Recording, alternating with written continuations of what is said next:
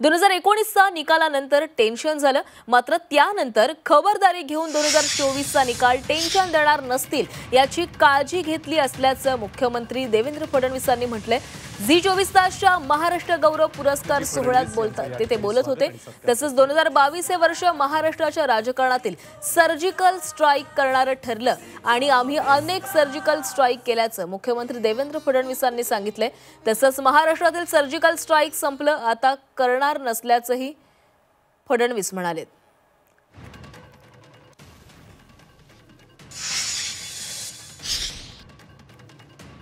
जसं 10वीचा निकाल आणि 12वीचा निकाल, तसं तुम्हाला 19चा निकाल जास्त टेन्शन देणारा होता की 24चा? 19ला निकालापूर्वी काही टेन्शन नव्हतं, जे टेन्शन झालं ते निकालानंतर झालं आणि त्यामुळे खबरदारी घेऊन 24मध्ये कोणी टेन्शन देणारच नाही ही व्यवस्था करून ठेवली।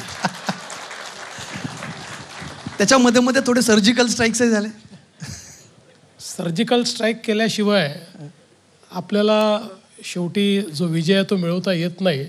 त्यामुळे निश्चितपणे मला असं वाटतं की 2022 हे वर्ष महाराष्ट्राच्या राजकारणातलं सर्जिकल स्ट्राईकचं वर्ष होतं की ज्याच्यामध्ये आम्ही अनेक सर्जिकल स्ट्राईक अतिशय यशस्वीपणे केले। ऑपरेशन सिंदूर अजून संपलेलं नाहीये, त्यामुळे तुमचंही सर्जिकल स्ट्राईक संपलंय की संपायचं बाकी असून? आमचे सर्जिकल स्ट्राईक पूर्णपणे संपलेले आहेत। एनिमी टेरिटरी पूर्ण आम्ही तहस-नहस केलेली आहे। आता त्या टेरिटरीत सर्जिकल स्ट्राईक करण्यालायक काही उरलेलं नाही, त्यामुळे आमचं ऑपरेशन संपलेलं आहे।